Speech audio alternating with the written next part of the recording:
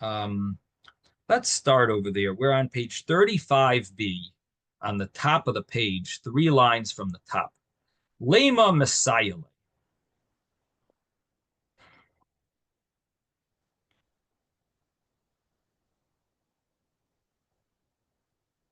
3 lines from the top, 35b.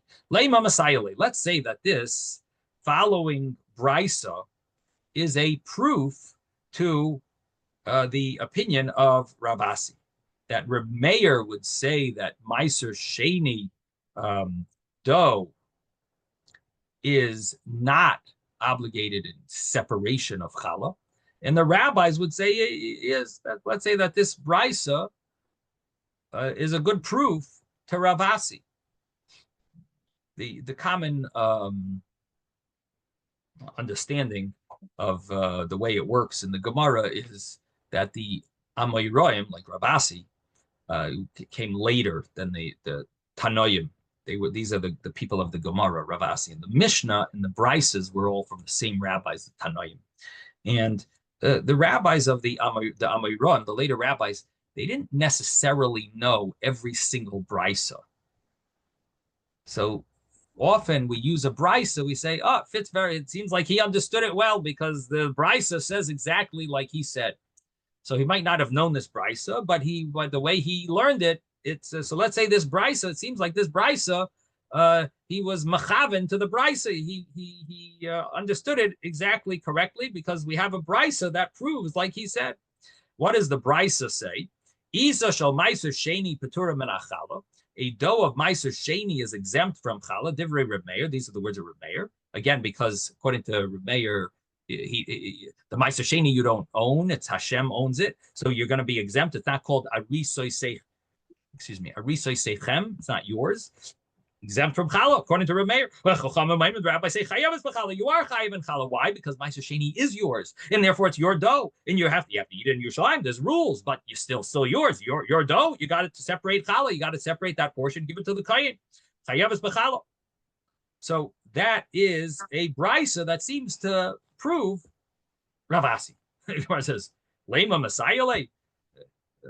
You think this is a good proof to like Lema, let's say it fits with him. This is exactly it. Messiah. You should have said this is Messiah, not Lema Messiah.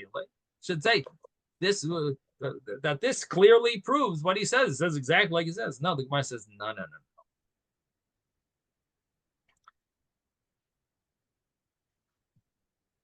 What he says is talking about challah, the isa, the dough. You have to separate challah. The Gemara was trying to say, let's say that this brisa is also a proof about the other cases. The brisa talking about challah, but it implies the same law should apply anything of meiser sheni. Should apply to matzah and should apply to esrog. So that's what the Gemara. Ella dibahapligi midabahapligi bahanami pligi. Since he argues in this, he argues in that also. In other words, he holds here that this is the law about dough. It would seem from the brisa, let's say that this brisa proves correct what he says about the other cases, matzah and esrog. Let's say it proves it. So the Gemara says, maybe you'll say that you can't prove it because it says by challah, separation of challah, it says arisay sechem 2 times. And maybe we learn from the extra time arisay sechem about this law that it specifically dough needs to be specifically yours and not meiser sheni because it says it twice. But the other cases, esrog and matzah, it doesn't say it twice. And maybe you'll say you're allowed to eat them. It's considered yours. This, it like goes out of its way to say it twice. Arisay sechem, arisay sechem. Why does it say it twice? Maybe because it says it twice. By dough, we have that extra time to teach us, okay, this one, you got to be extra careful that it's yours. Anything that's quasi yours is not yours.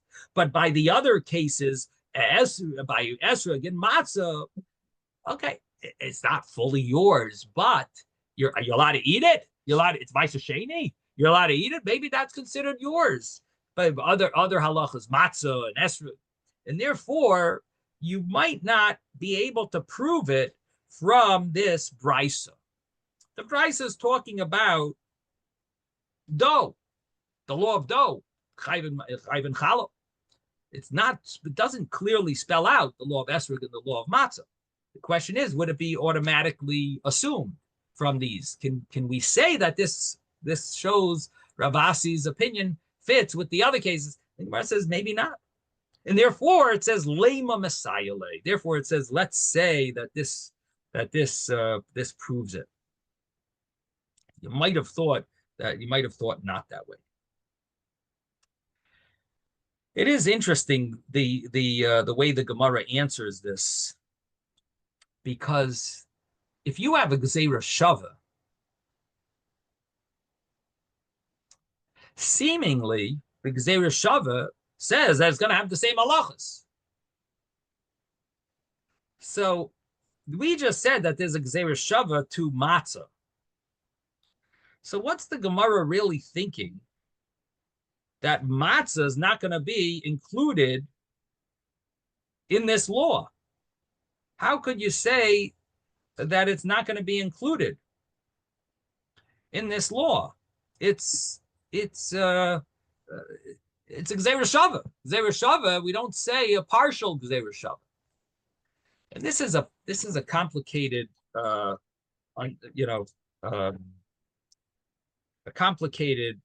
there's a strong question on the Gemara, I should say, because we just said that there's a Gzeira Shava. So, okay, so it says Arisa Sechem twice by Challah. That's perfect. Now we have a Gzeira Shava from Matzah to Challah. And if it says twice by Challah, guess what? We got to say Matzah has the same rule because we got a Gzeira Shava. So why would you think Matzah is any different? Matzah would seemingly be automatically connected to Challah. If Challah is going to have the rule that has to be yours, and it says that Arisa Sechem twice, so Matzah should be the same thing. We just said Lechem Gzeira Shava. So what does the Gemara mean that you might have thought that you can't compare the two? I can't compare the two. I got a Gzeira Shava. In Ein Gzeira Shava L'Chatzoyin, you don't have a partial Gzeira Shava. Once you learn one thing from the other, you learn it completely. It says Arisa Sechem twice, that's even better. It says Arisa Sechem twice by Challah, for sure we're going to learn it by Matzah. We have a Gzeira Shava.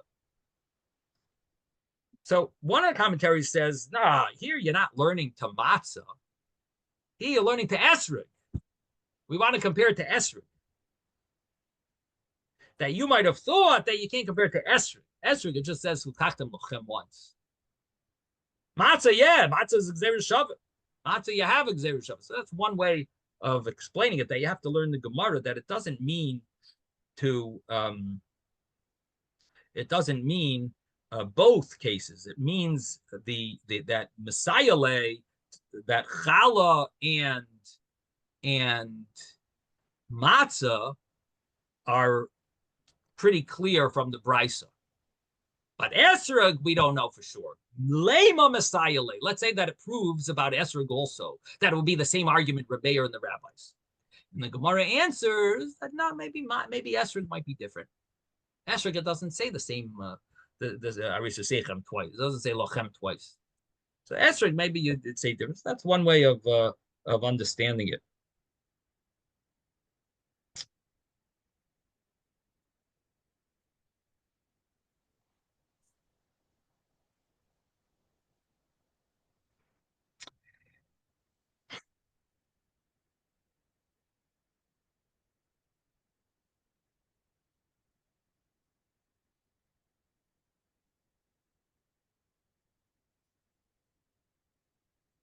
Okay, the next Gemara, Shel Truma Tameya. Shel Truma Tameya.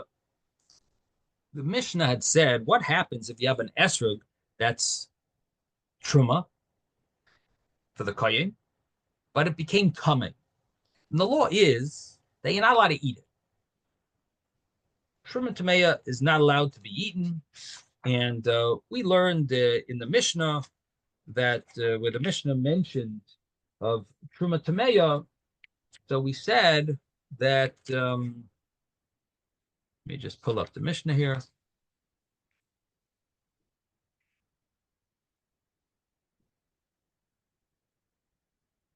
First, it said Arla's puzzle, then it said Shel Truma Tamea puzzle, and it's invalid.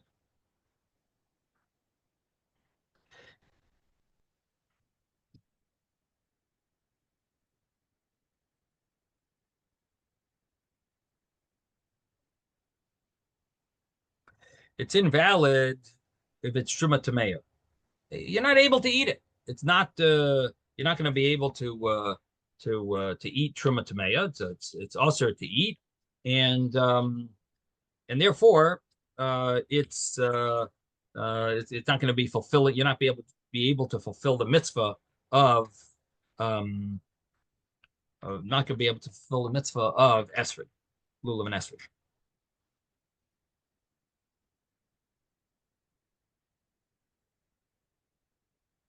I think we mentioned something else there. Oh, why does truma have to be burned? That's what we mentioned. Truma needs to be burned either because it's similar to kachim that became tameh, or because we don't want you to end up eating it by mistake. That's why you got to burn truma tameh. The two reasons that are brought that truma has to be burned either because it's similar to kachim, or because it's we're afraid you're going to end up eating it. Now, okay, so now the Gemara says, Truma shall Truma Tmeas Psula. Again, we're on 35b, and we are by the two dots about 10 lines from the top of the page. So the Gemara says here as follows: the lesba heter that the Gemara says Truma Tmeas as puzzle. The lesba heter achila, you are not allowed to eat it, and because you're not allowed to eat it, you can't call it yours. That's basically we learned before that everyone agrees that you need to be able to eat it. That's for sure. Everyone agrees that in order to be a kosher esrog, it has to be mutter to eat. It has to be permissible to eat. If you can't eat it, it's not going to be kosher. Comes the next case. What about truma tahira lo yito? The Mishnah said that if it's truma tahira, if it's proper truma, it's pure, that you're not allowed to use for your esrog. What's so bad about it? I'm going to use it for the esrog, and then I'll the kohen he'll eat it afterwards. Why can't you use it for your esrog? So pligaba Rabami Ravasi. So Rabami and Ravasi argue about truma tahira. Chad Amar, one says, you know why you can't use it for your lulav and esrog? Because when you use it for your lulav and esrog, guess what's going to happen? The lulav is always wet. Why? Because you always keep it in water, keep it moist. And what's going to happen is when you shake the lulav and esrog, it's going to end up getting wet. The esrog is going to end up getting wet, and it's going to be ra'oi l'kabel tuma, fit to become tummy. And you're causing it now that it's going to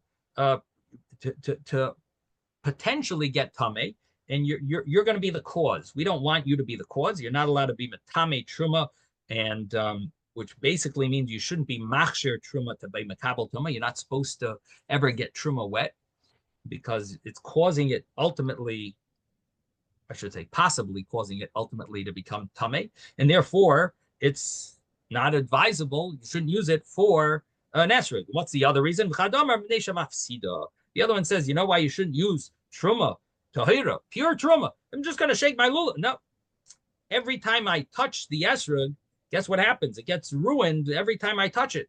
And you're not allowed to be mafsid truma. So therefore, it's going to be prohibited in the initial situation.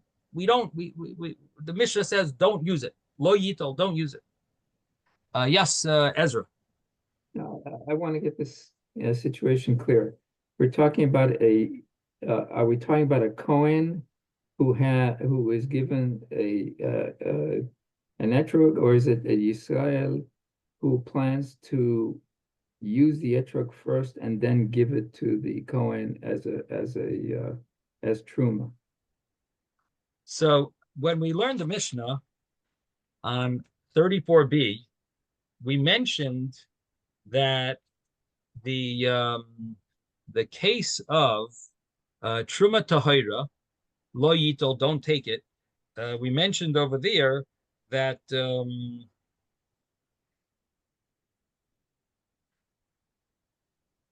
what did we mention?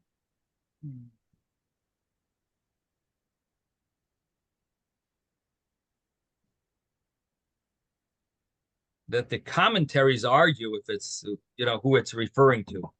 So we'll have to see, about it, the commentaries, which ones hold what, but there are two ways of learning. So yeah, the two ways are the ways. I mean, it's not applicable now because here are you machshir it l'kabel tuma? Yeah. Are you ruining it? Yeah. So it's not applicable yet. Okay. This Gemara, you don't really see a difference if it's the Kohen doing it or the Yisrael. The bottom line is it's truma, it's tahar. You are going to be ruining it somewhat, and you're going to be machshir it for the kabel tuma. Okay, so the Gemara says, the Gemara here says, my benai. What is the difference between these two reasons? The Gemara says, going shekara Allah Shem, you called it you gave it the name truma. In other words, you called it truma, and chutz mikli pasa chitzoina, except its outer peel. And so what you did was you were makdish to some extent. I shouldn't use the word makdish. You made it holy. You called it a name truma, which made it holy. The inner part of it, but not the you excluded the peel. So according to the opinion that you're going to make it kosher l'kabel muchshir l'kabel tuma, that you're preparing it to be makabel tuma because once it gets wet, it becomes the muchshir l'kabel tuma. Ika, you still have this problem because once the peel gets wet, it's a item, it's an entity that the entire entity can be makabel tuma now. It can be a recipient of impurity. According to the opinion that you're ruining it. So what are you ruining when you touch the outer skin? You don't have this problem because you're only ruining the outer skin. It's not truma. The outer skin is not truma. It gets not nice, but that's not the truma part. The truma part is the inside, and therefore it's not a problem to. It wouldn't be a problem according to that opinion to use it as your esrog. So in a case where someone made truma only the esrog itself without the peel, so there would be a machlokes. Are you allowed to use that lechatchila? Can you go and take that as your esrog? Because according to one opinion, no problem.